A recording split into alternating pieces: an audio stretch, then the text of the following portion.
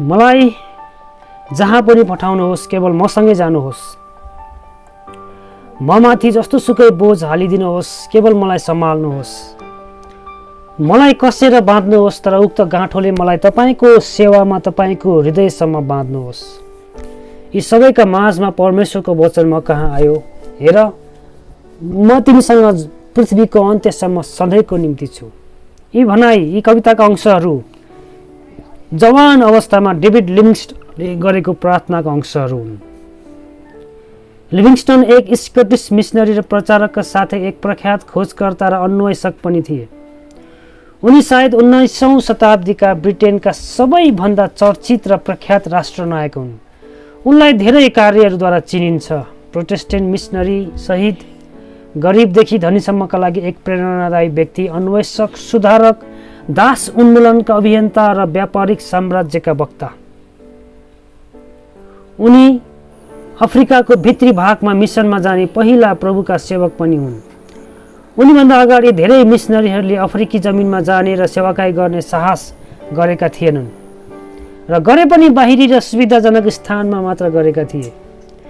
अफ्रिकाको भित्री भागसम्म जाने साहस कसैले गरेन र गरे पनि धेरैले आफ्नो प्राण गुमाउनु परेको थियो। डेभिड सन् 1813 मार्च 19 मा नील र एग्नेस लिभिङस्टनको दोस्रो सन्तानका रूपमा स्कटल्यान्डको ब्लान्टायरमा जन्मेका थिए। उनका पिता एक स्कुल शिक्षक, सन्डे स्कुल शिक्षक र मद्यपान विरुद्धमा काम गर्ने व्यक्ति थिए। साथै तिनी घर घर पुगेर सुसमाचार पर्चाहरू बाँड्ने गर्दथे।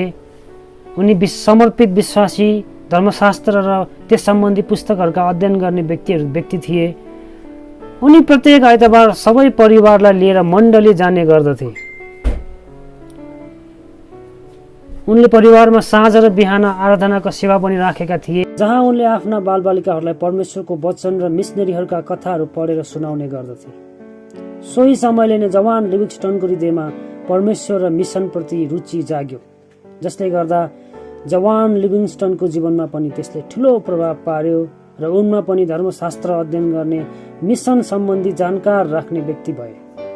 साथै उनी प्रकृति, जनावर, बोट बिरुवा र विभिन्न अनुसन्धानका कार्यहरूप्रति पनि अति आकर्षित भए। तर यसले उनको बुवालाई डर पनि लाग्यो कि कतै उनी अविश्वासतर्फको बाटोमा त जाने होइनन्। तर जवान डेभिडले आफ्नो प्रकृति र विज्ञानप्रतिको मोहलाई धर्मशास्त्रसँग तुलना र संयोजन गर्न चाहन्थे। उनी आफ्नो जवान अवस्थामा प्रचारक थोमस बर्क र उनका सन्डे स्कुल शिक्षक डेभिड हकबाट प्रभावित थिए। उनको बुबाको उनको जीवनमा ठूलो आत्मिक लगानी रहेको मान्न सकिन्छ। पछि उनले थोमस डिकको philosophy of the future state पढेर ख्रिस्टलाई स्वीकार गरे। उनी हेनरी मार्टिनको जीवनी, जो अरब र इन्डियामा मिसनरी थिए, र चार्ल्स गुस्टाफ, जो चाइनामा मेडिकल मिसनरी थिए, उनीहरूको जीवन पढेर उत्साहित भए। डेभिड र उनको दाजुले 10 वर्षको उमेरदेखि नै आफ्नो परिवारलाई सहयोग गर्न स्थानीय मिलमा काम गर्नु पर्यो। उनको परिवारको बिग्रदो आर्थिक अवस्थालाई सहयोग गर्न गरेको कामले आर्थिक रूपमा टेवा मात्र दिएन, तर सहनशीलता, स्थिरता, धैर्यता, गरिब र मेहनत गर्नेहरूप्रति दया दिन पनि सिकायो। दिनमा उनले 14 घण्टासम्म काम गरे तापनि उनी ब्लान्टायरको विद्यालयमा मिलका अरू बालबालिकाहरूसँगै पढ्न जाँदथे। उनको परिवार पनि पढ्नुपर्छ भन्ने मान्यतामा विश्वास गर्दथ्यो र उनलाई पढ्नका लागि प्रेरणा दिन्थ्यो। डेभिडले कार्ल गुजलाफको appeal to the churches of Britain and Britain on behalf of China पढेपछि आफैलाई सेवाकाईका लागि तयार पार्ने निर्णय गरे। उनले अब एन्डरसन कलेज, जहाँ सामान्य व्यक्तिहरूलाई पनि विज्ञान र प्रविधिमा शिक्षाहरू दिने गरिन्थ्यो, र हालको स्ट्रेथक्लाइड विश्वविद्यालयमा जानका लागि पैसा जम्मा गर्न थाले र सन् 1836 मा उनी एन्डरसन कलेज जान सफल पनि भए। त्यसका साथै उनी ग्लासगो विश्वविद्यालयमा ग्रीक भाषा र धर्मशास्त्रका कक्षाहरू पनि अध्ययन गर्न सुरु गरे। पछि उनले ल्याटिन भाषा पनि सिके। त्यसको केही समयपछि उनले लन्डन मिसनरी सोसाइटीमा निवेदन दिए अनि त्यसपछि मिसनरी तालिमका लागि उनले स्वीकृति पनि पाए। उनी मिसनरी तालिमका साथै मेडिकल अध्ययन पनि सिद्ध्याउन सफल भए। डेभिड एक मिसनरीका रूपमा चीन जान चाहेका थिए, तर सन् 1839 को प्रथम अफिम युद्धका कारण उनलाई लन्डन मिसनरी सोसाइटीले वेस्ट इन्डिज जानलाई सुझाव दियो। सन् 1840 लन्डनमा मेडिकल अध्ययन गर्ने क्रममा उनको भेट मिसनरी रोबर्ट मोफैटसँग भयो, जो दक्षिण अफ्रिकाको कुरुमानमा मिसनरी थिए। मोफैटको दर्शन र अफ्रिकामा दास प्रथा र दास व्यापारको अन्त्य केवल येशू ख्रीष्टको प्रचार र व्यापारले मात्र हटाउन सकिन्छ भन्ने टी.एफ. बक्सटोनको तर्कले उनी प्रभावित र उत्साहित भए। त्यसपछि उनले आफ्नो बोलावट दक्षिण अफ्रिकातर्फ भएको महसुस गर्न थाले। मोफैटले नै उनलाई बेकुना ल्यान्डका लागि एकदमै सही मिसनरी भएको ठहर गरे। जब उनी लन्डनमा सन् 1840 नोभेम्बर 8 मिसनरीको अभिषेक भए, तिनी एक रातको लागि घर गएर भोलि बिहान आफ्नो बुबा र अन्य परिवारसँग भजन सङ्ग्रह 121 र 135 पढेर आफ्नो मिसन यात्रा प्रारम्भ गरे। उनलाई बुबा नीलले छोड्न आए र अनि बिदा भए, यो संसारमा कहिल्यै नभेट्ने गरी, किनभने उनी आफ्नो मिसन यात्राबाट फर्केर आउँदा उनको बुबा प्रभुको घरमा गइसकेका थिए। जब उनले पहिलो पल्ट उक्त गाउँको एक झलक देखे, तब उनी यति आकर्षित भए कि उनले त्यो दृश्यलाई जीवनभर नै बिर्सन सकेनन्। उनले आफ्नो सम्झनामा यसरी लेख्छन्, कहिल्यै नछोड्ने हजारौं गाउँका धुरीहरूबाट निस्केका धुवाहरू, जहाँ कहिल्यै पनि मिसनरीहरू गएका थिएनन्।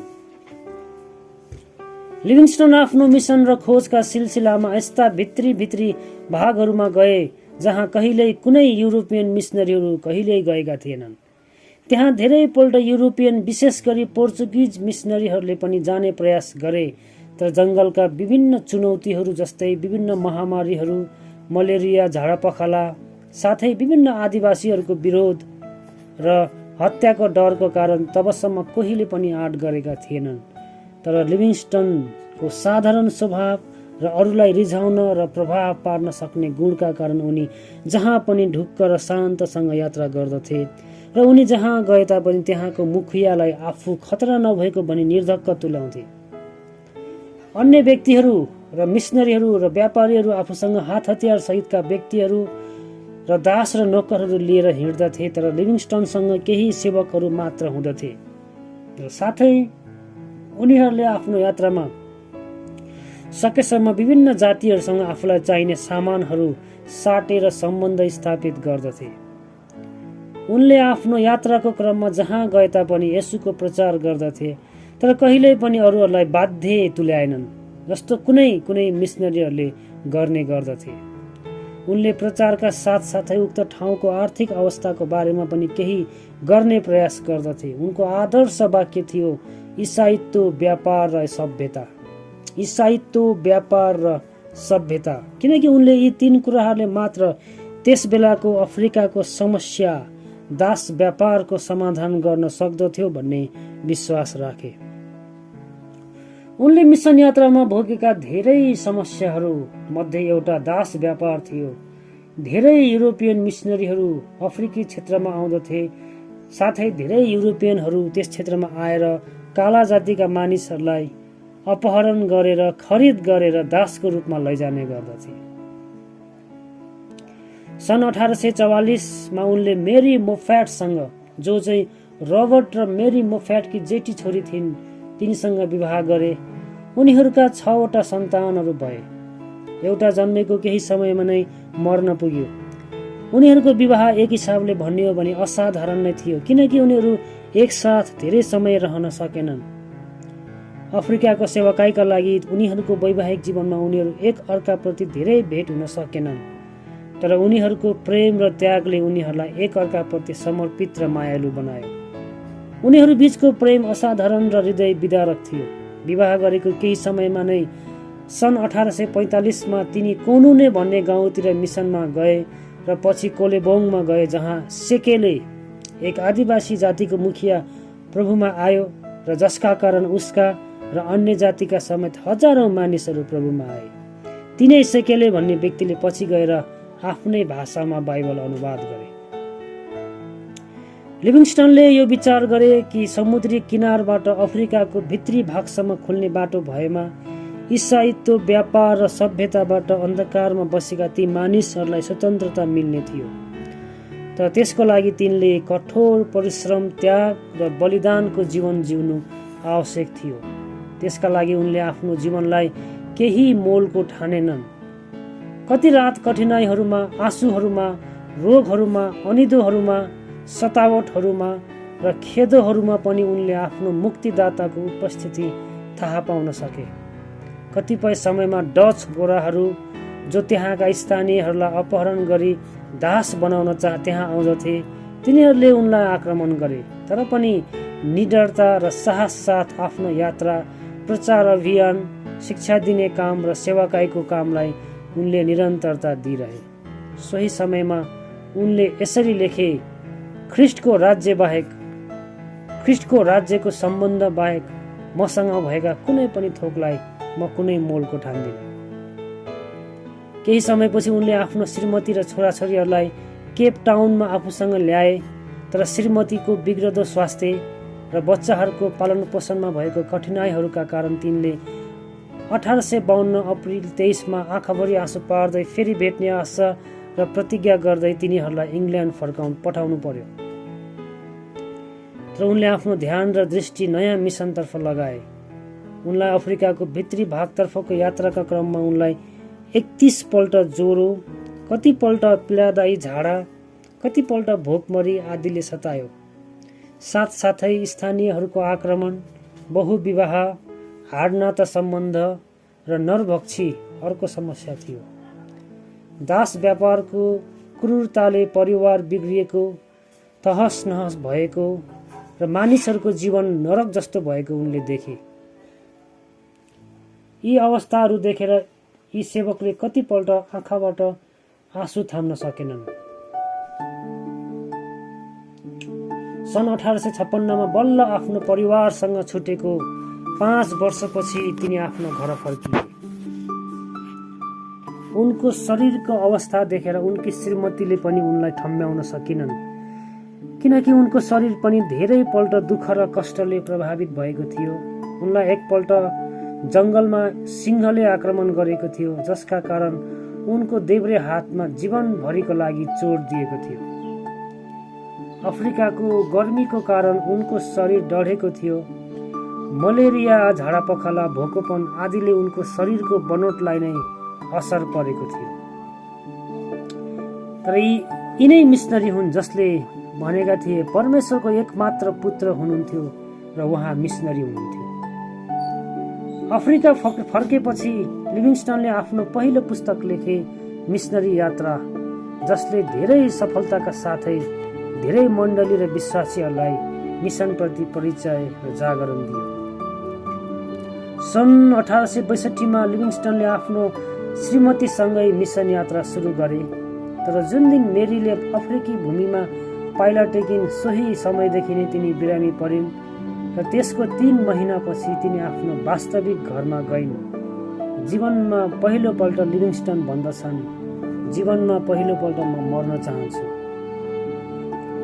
आफ्नै श्रीमतीको चिहान नजिक बसेर रुँदै तिनले यसरी प्रार्थना गरे, मेरो येशू, मेरो राजा, मेरो जीवन, मेरो सबै, म फेरि तपाईलाई यो जीवन समर्पण गर्दछु। म तपाईको राज्य र धार्मिकता भन्दा बाहिर आफ्नो ध्यान लगाउँदिन। आफ्नो अन्तिम समयतिर पनि उनले आफैलाई अफ्रिकी मानिसहरूलाई सुसमाचार सुनाउन, सेवा गर्न र दास प्रथा उन्मूलन गर्नका लागि पहल गर्न समर्पण गरे। तर उनको स्वास्थ्य सन् 1871 बिग्रदै गयो। उनी घर आफन्तहरूबाट टाढा थिए, तर उनको एकमात्र साथी बाइबल थियो। उनी बाइबल पढ्दै, प्रचार गर्दै र प्रार्थना गर्दै आफ्नो समय बिताउँथे। उनलाई उक्त समयमा सहायता र पत्रहरू पनि आएनन्। 3 वर्षसम्म उनलाई पठाएको पत्रहरू र सहायताहरू पोर्चुगिजहरूले व्यवधान गरे। उनी आफ्नो देश र मानिसहरूबाट एकदमै टाढा र सम्पर्कविहीन भएका थिए। उनलाई खोज्न रोयल जियोग्राफिकल सोसाइटीले एक टोली पनि पठाएको थियो, तर उनलाई भेट्टाउन सकिएन। उनलाई धेरैले मरिसकेको अनुमान गरे। अन्त्यमा न्युयोर्क हेराल्डबाट हेनरी एम स्ट्यानलीलाई जुनसुकै हालतमा पनि उनलाई खोज्नलाई पठाइयो। अन्त्यमा स्ट्यानलीको अथक प्रयास र कठोर परिश्रमका कारण उनले लिभिङस्टनलाई पत्ता लगाए। उनले जब लिभिङस्टनलाई भेटे उनले सोधे, मिस्टर लिभिङस्टन, म अनुमान गर्छु कि तपाईँ नै हुनुहुन्छ। दुब्लो पातलो कमजोर खैरो कपाल र हाड छाला मात्र भएको व्यक्तिले भन्यो, हजुर। यी स्ट्यानली पनि एक जमानाका नामुद नास्तिक थिए, तर लिभिङस्टनको सङ्गतले उनलाई पनि प्रभुमा घुँडा टेक्न बाध्य पार्यो। तिनै स्ट्यानलीले लिभिङस्टनको जीवनी लेखे। केही समयपछि स्ट्यानली आफ्नो देश फर्किए, तर स्ट्यानलीसँग आफ्नो देश फर्कनुको साटो अझै मिसनमा लाग्न लिभिङस्टन भित्री अफ्रिकातिर लाग्यो। आफ्नो जीवनको अन्त्यतिर लिभिङस्टन अस्वस्थ हुँदाहुँदै पनि विभिन्न सङ्गति, सेवा र शिक्षा दिने काममा कहिल्यै रोकिएनन्। एकपल्ट उनी सेवाकाईमा हुँदाहुँदै बिरामी भएर घर फर्किए। त्यसपछि तिनी आफ्नो बाइबल अगाडि घुँडा टेकेर प्रार्थना गर्न थाले। तिनी चुपचाप बाइबल अगाडि शिर राखेर घुँडा टेकी घन्टौँसम्म बसिरहे, तर कसैले तिनलाई बोलाउने साहस गर्न सकेन। केही समयपछि मानिसहरू आए र उनलाई बोलाउन थाले, तर उनबाट केही प्रतिक्रिया आएन। अन्त्यमा कोही आएर उनलाई हल्लाउँदा तिनी प्रभु कहाँ गइसकेका थिए। तिनी आफ्नो जीवनको बहुमूल्य थोकको अगाडि नै आफ्नो परमेश्वर कहाँ गए। तिनी मरेपछि इलाला जाम्बियाका मानिसहरूले तिनको शरीरलाई तिनको देशमा फर्काउन मानेनन्, किनकि तिनीहरूले विश्वास गरे कि तिनी अफ्रिकाको लागि आएका हुन्। अन्त्यमा केही सिप नलागेपछि तिनीहरूले तिनको मुटु निकालेर बाँकी शरीरलाई तिनको देश इङ्ल्यान्ड सम्मान साथ फर्काइदिए र तिनको मुटुलाई तिनी मरेकै स्थानमा गाडेर तिनको सम्झनामा स्मारक बनाए। उनको मृत्युपछि मण्डलीहरूमा मिसनप्रति जागृति नै आयो। सबैजसो सम्प्रदायका मानिसहरू अफ्रिकाप्रति मिसनमा आकर्षित भए र अफ्रिकाका धेरै ठाउँहरू पनि उनको अथक प्रयास र कठोर परिश्रमका कारण मिसनको निम्ति असल जमिन बन्न पुगे। यसरी प्रभुका महान छोराको जीवनबाट धेरै मानिसहरूले आशिष र उत्साह पाएका छन्। उनले एकपल्ट जवान हुँदा आफ्नो पितालाई भनेका थिए, बुबा, म पनि एक दिन मिसनरी बन्नेछु। साँच्चै नभन्दै प्रभुले यी छोराको जीवनबाट हजारौं लाखौंलाई प्रभुमा ल्याउनु भयो र धेरै मानिसहरूलाई प्रभुमा उत्साह र सेवाकाई प्रति